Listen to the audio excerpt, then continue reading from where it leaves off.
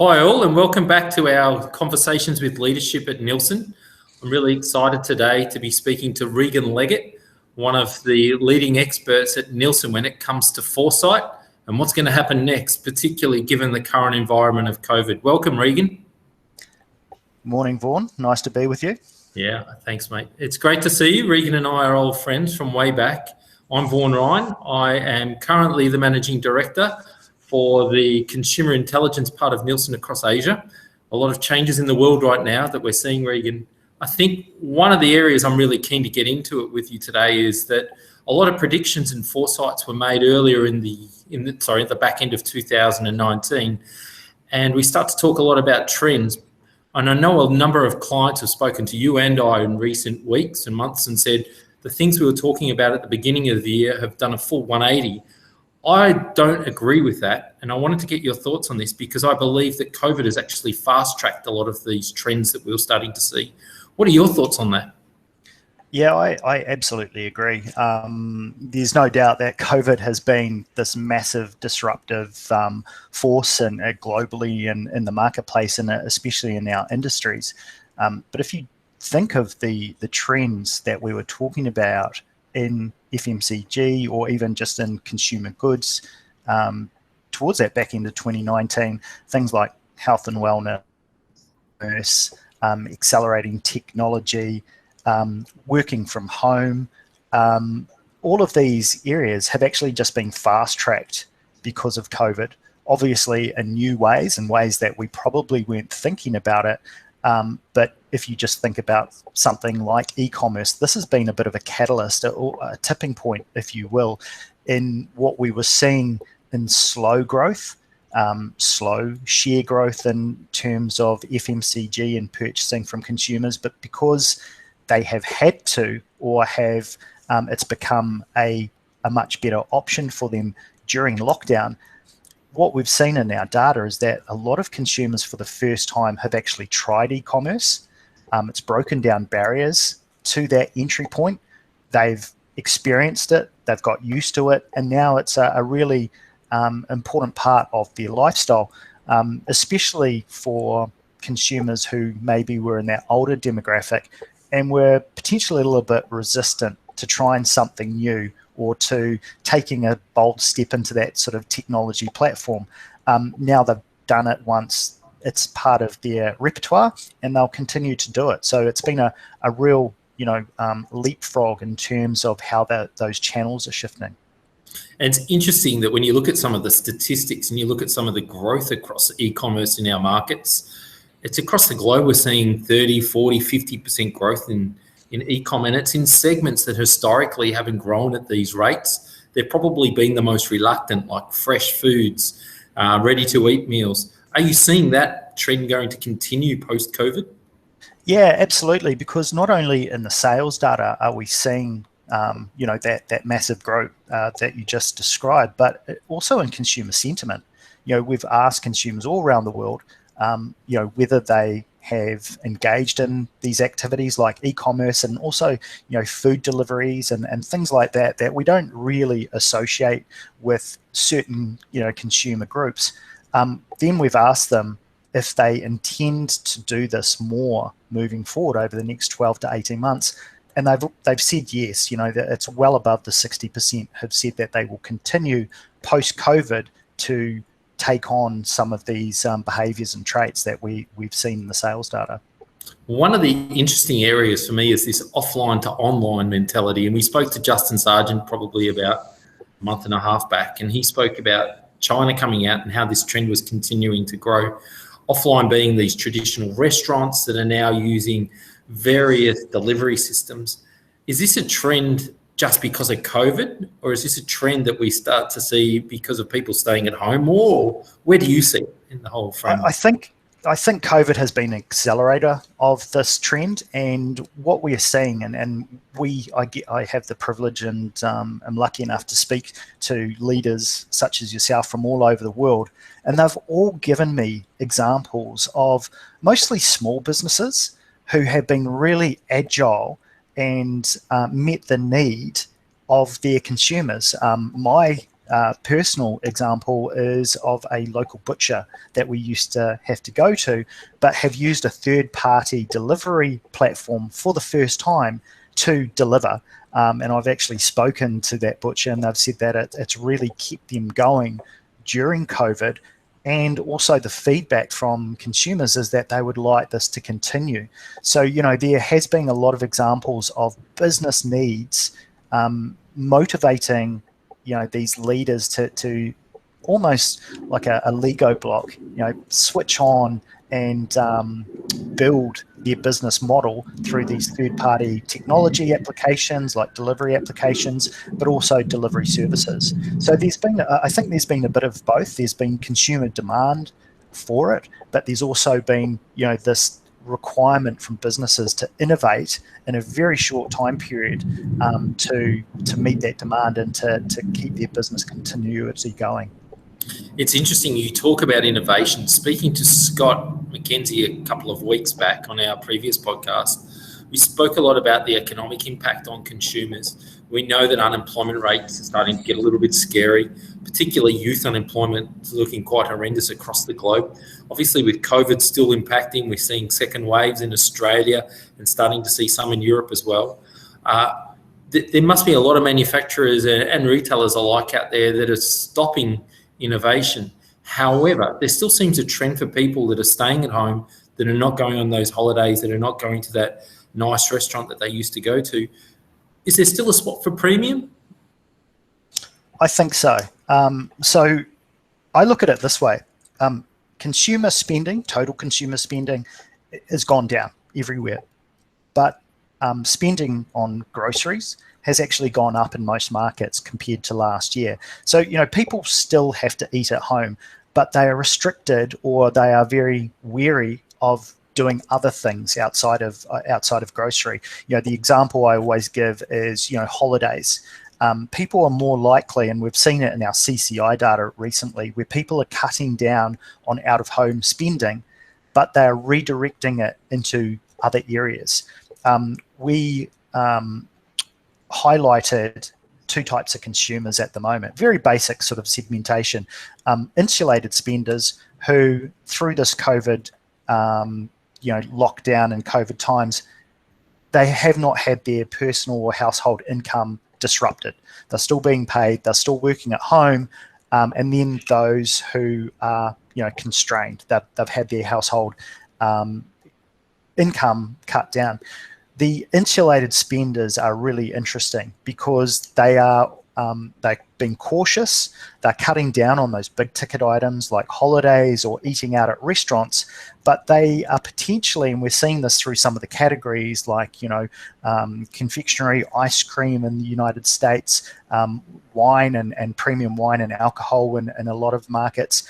They are treating themselves at home. So instead of going out and spending that much bigger amount at a restaurant, they're bringing that experience back to home, we believe, and going a bit more gourmet with their ingredients. Baking ingredients are seeing huge big shifts, or have experienced huge big lifts all over the world. They're buying that premium bottle of wine sometimes. So there are some pockets of growth for premium that we're seeing.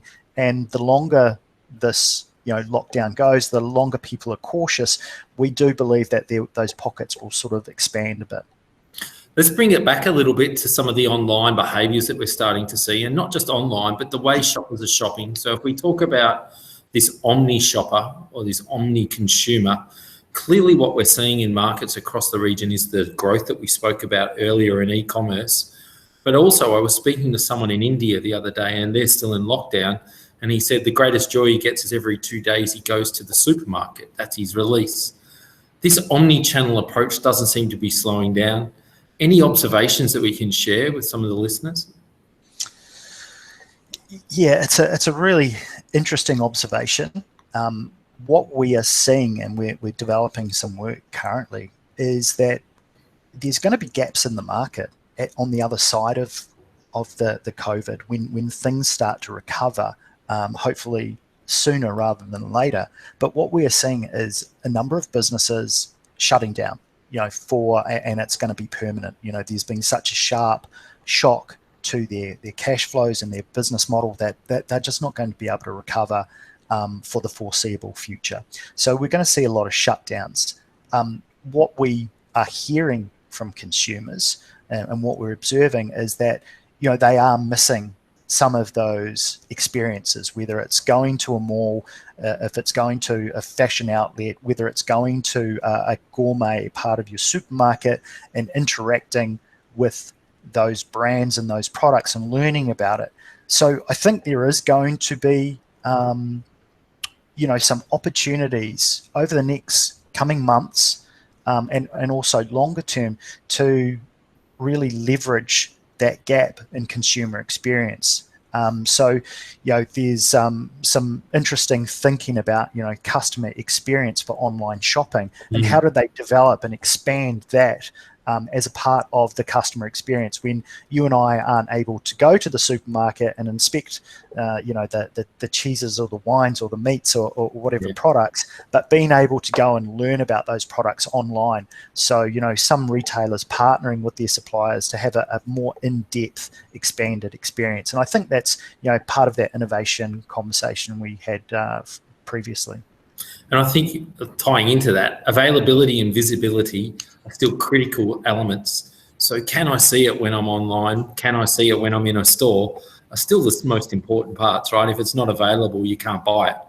I think there's things that when I talk about the omni shopper, that's what they're looking for. They're looking for ease. They're still looking for convenience, whether it's in store or online. So it's a similar behavior, right? Yeah. Absolutely. And there may be cross-border opportunities as well. One of the things that we're hearing from clients, manufacturers and retailers, is that the supply chain has become a lot more complicated recently. Yeah. And what that means is like long distance and complicated supply chains for international products. What we've seen is that retailers are maybe cutting down their range somewhat. So moving forward, that's probably a big opportunity for online and part of that omni-channel experience is to give consumers the option in some of those specialty products to actually purchase cross-border. So there's still a big spot for creativity, as you mentioned earlier, whether it be innovation, trying to deal with that premium range, whether it's innovation in an online sense or even an offline sense as range rationalization occurs, or even in store types as well. Is there certain trends that you're seeing in terms of innovation that is working around the world right now? Yeah. Look, the obvious one for me is pack size. And moving forward, it's going to be increasingly important. And for me, I relate it back to two factors. Firstly, the unemployment figures that you mentioned before. We are going to see a very big focus on value, on price, on being able to get to a price point, and we can innovate and we can develop creatively through pack size, whether it's reducing a pack size to get to a price point that is aligned with what a consumer is willing to pay, or value packs, so that we're stocking up and we're getting greater value for our money. The other one is, in terms of innovation opportunity, is working from home. We have seen, I don't want to pull the wrong figure, but I think it was over 40% in April of consumers were saying that they were working more from home than they were previous to COVID. Now, if you think of, our situation where we're working a lot more at home, all of a sudden we're eating all of our meals at home, we're snacking at home, our behaviors are very different. And I think there's some big opportunities moving forward, given that there's a lot of not just employees who are saying that they're going to be working more from home, but also employers who have signaled that they see really big benefits from giving this flexibility to their workforce. So given it may be a shift of, I don't know, let's just say, for example, 10% of your workforce is working 1 or 2 days more from home over the next 2 years. That's a massive shift for our clients, for retailers, for manufacturers to understand this new behavior. People are shopping in different stores. They are consuming meals more at home, coffee more at home. There's a lot of really interesting areas that we can explore for innovation to make sure that the products and services that we are aligning with consumers are right there for consumers to leverage. And I think as this continues to go on and on and on, we're after that cafe experience at home, or we're after that restaurant experience at home. Even if it's the ready-to-eat meal that tastes like the noodle shop that I go to in the streets for my lunch. It's that experience we're consistently chasing. We don't want it every day, but to your point, if I'm home one day a week, it's still a 20% reduction, right, than I was beforehand. So they're pretty significant numbers. I agree. Absolutely, absolutely. And I think the way we could be thinking about it is with, how we started the conversation was some of these trends that we saw beforehand. How do we imagine them for someone who is working more at home? So what does health and wellness mean at home?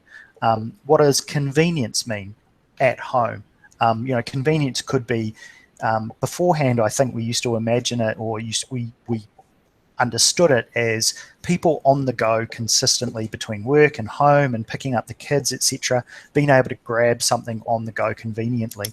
But what convenience might mean to someone working at home is being able to go and grab that instant meal, heat it up very quickly, and get back to your work call within a number of minutes, rather than having to prepare something that you may have done at home.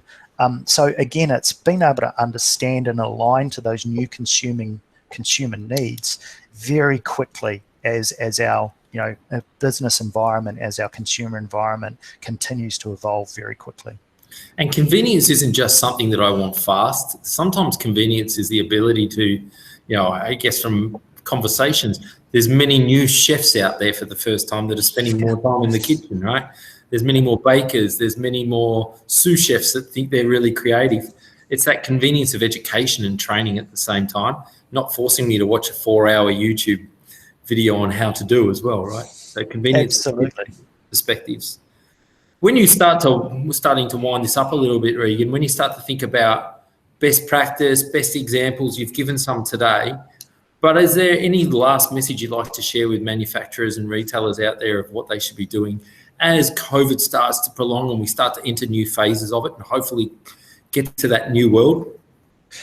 Yeah, I think there needs to be a focus on understanding evolving consumer mindsets and behaviors really quickly and recalibrating to them very quickly, because we're just in such a dynamic environment right now. We know that there are a lot of consumers out there who are going to be hurting over the next 12 months as unemployment figures, as redundancies occur, and people are going to be very conscious of spending.